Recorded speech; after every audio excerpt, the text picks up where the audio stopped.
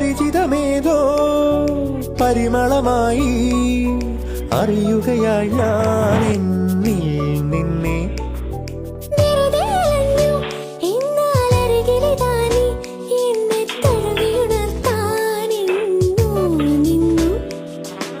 പ്രേമത്താൽ മാത്രം മിഴികളിൽ വിടരും പേരില്ലാ പൂക്കൾ കാണുകയായി ഞാൻ.